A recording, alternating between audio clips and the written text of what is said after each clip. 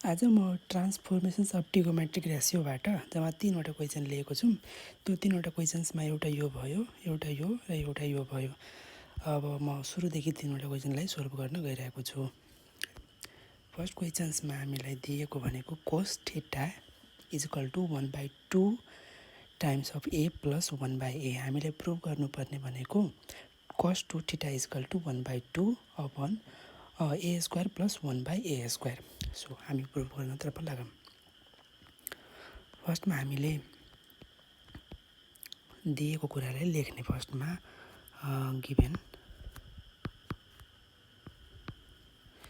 Given cos theta is equal to 1/2 times a plus 1/a।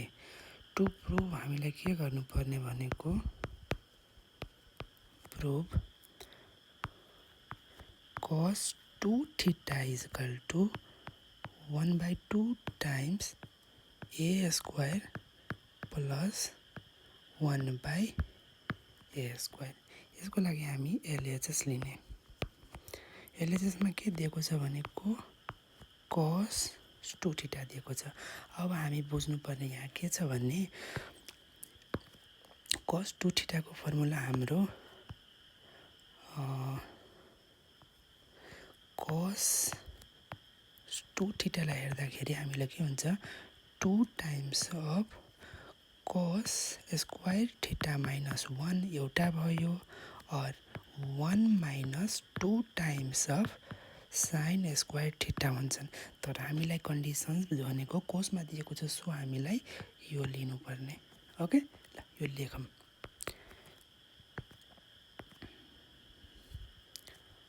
Two times of cos square theta minus 1। यसलाई हामी erase गरिदिउँ।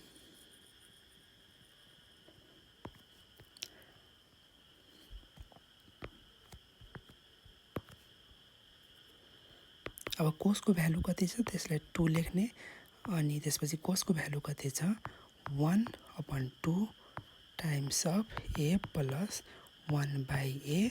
यो सबैको भनेको whole square minus 1। Okay, is equal to अब यसलाई expand गर्दाखेरि के हुने गर्दछन् भनेको अते टाइम्स 1/2 को स्क्वायर गर्दाखेरि 1/4 टाइम्स कति हुने गर्दछन् a square plus 2 times of a 1/a plus 1/a square minus 1।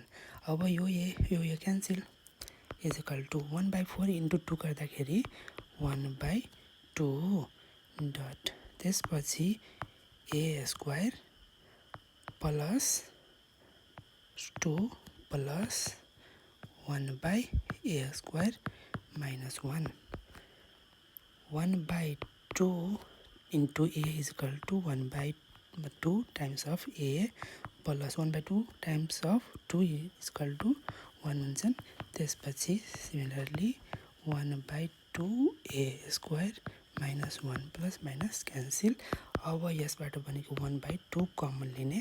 Common लिँदाखेरि कति भयो a square plus 1/a square. यही भनेको हाम्रो के हो आरएचएस।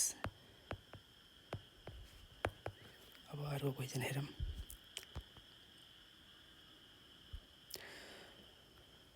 यो भनेको दोस्रो क्वेसन हाम्रो।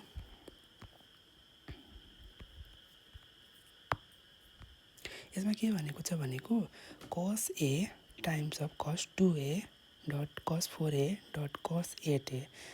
यो तीलाई हामी प्रुभ गर्नुपर्ने भनेको sine 16a upon 16 sine a prove गर्नुपर्ने हो। त्यसको लागि हामी पहिला एलएचएस लिने। एलएचएसमा के दिएको छ भनेको एउटा भयो cos a dot cos 2a dot cos 4a cos 8a यति दिएको छ। अब हामीले के गर्नुपर्ने भनेको multiply and divide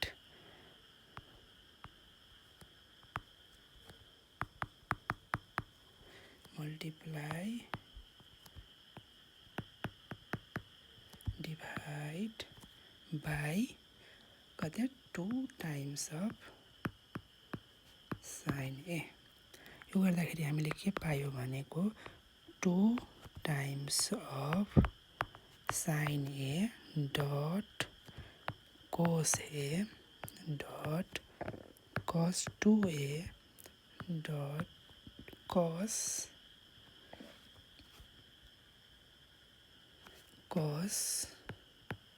4a dot कस 8a। अब डिभाइड पनि गर्नुपर्ने भनेको हामीले कतिबाट डिभाइड गर्ने 2 times of sine A divide गरिदिने। अब हेरौँ यसमा फर्मुला के लगाउने भन्ने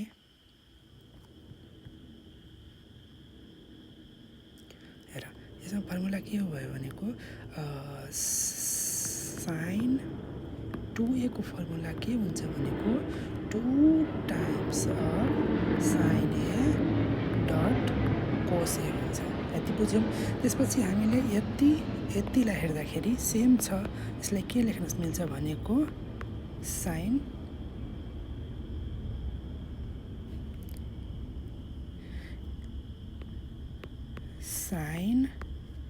2a डट कस 2a कस 4a cos 8a divided by 2 times of sine A. Similarly हामी सोच्दा यता फेरि हेर्दाखेरि यतिमा यो पनि भनेको यही फर्ममा गयो। So multiply and divide by multiply and divide by 2।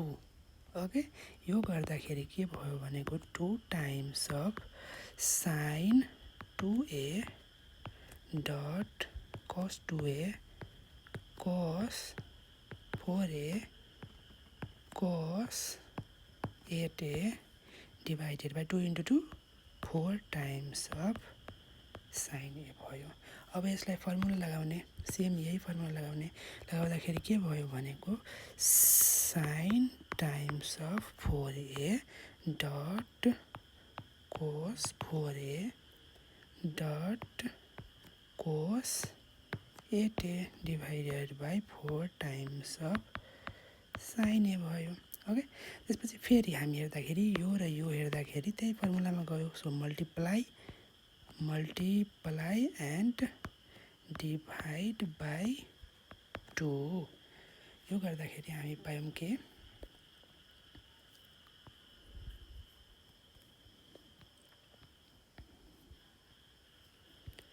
हामी पायौँ 2 times of sign 4a dot कोस 4a dot cos 8a divided by तल कति भयो 2 ले मल्टिप्लाई गर्दाखेरि 2 4 2 जा 8 टाइम्स अफ साइन ए। अब यो फर्मुला लगाइदिने, फर्मुला लगाउँदा के भयो sign 8a dot cos 8a 8 times of sine A. Similarly फेरि यसमा मल्टिप्लाई गर्ने, मल्टिप्लाई एन्ड डिभाइड बाई 2। हामी कति भयो भने हाम्रो भयो 2 times of sign 8a dot cos 8a divided by 8 2 जा 16 टाइम्स अफ साइन ए। यसको फर्मुला पनि के हुने गर्दछन् भनेको sine 16a divided by 16 sine a. यही भनेको आरएचएस हो। ल, दुईटा भयो। अब भनेको थर्ड हेरौँ। थर्डमा के भनेको छ sec 8a minus 1 upon sec 4a minus 1 equal to tan 8a upon tan 2a। यसको लागि पनि हामी सुरु गरौँ। यसको लागि फर्स्टमा हामी एलएचएस लिने।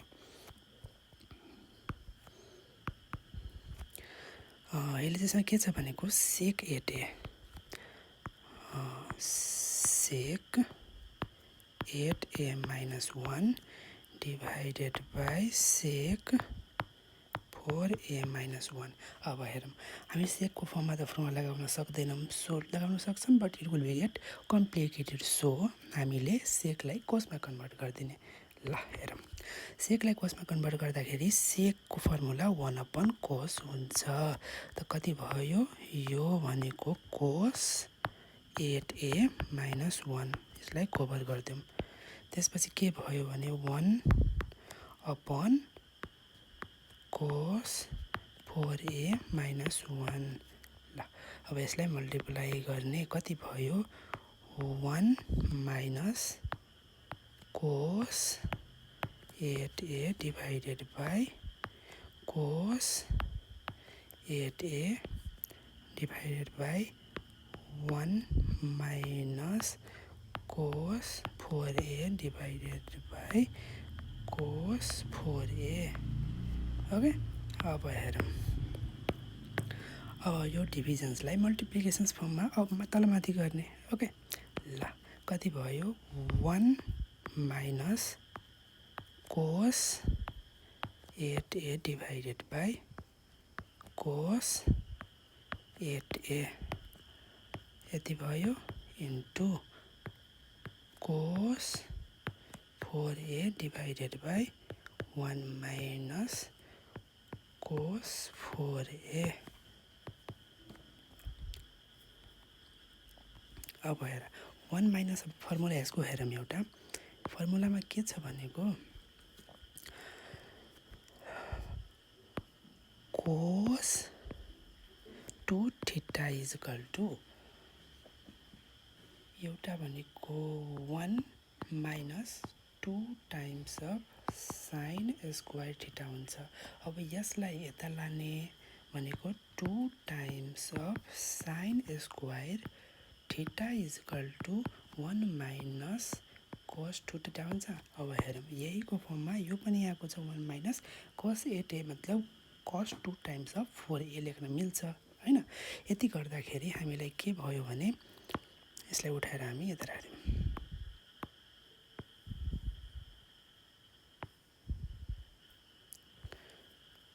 ल छोड्दा मैले पहिला हामी सल्भ गरौँ.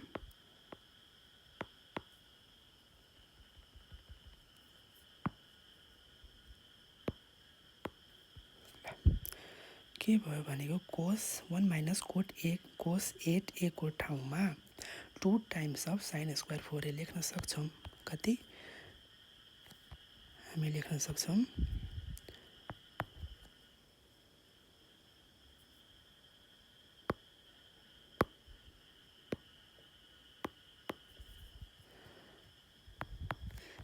सक्छौँ कति 2 times of sine square 4a यसको ठाउँमा लेख्न सक्छौँ. अनि इन्टु cos 4a.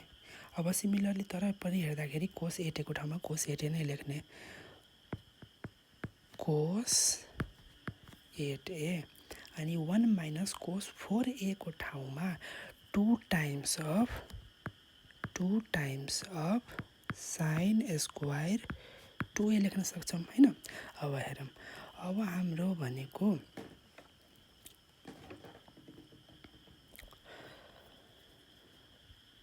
अब यो हेरौँ,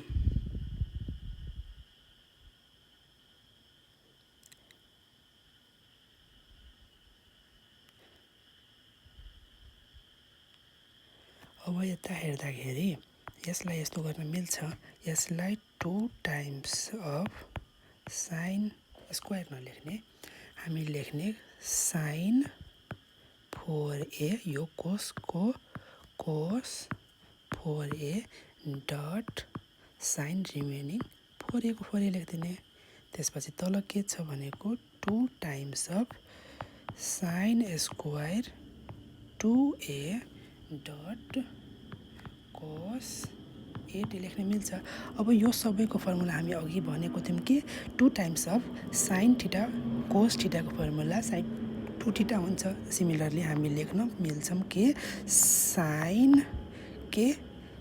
साइन कति 8a dot sign 4a divided by यो कोस 8a को कोस 8a dot 2 times of sine square 2a लेख्न मिल्छ। अब यो हेर्दाखेरि यति हेर्दाखेरि हामी के को फर्ममा गयो, यति हेर्दाखेरि हाम्रो गयो ट्यानको फर्ममा। ट्यान कति भयो 8a डट कति sign 4a divided by remaining कति भयो 2 times of sine square 2a भयो हैन।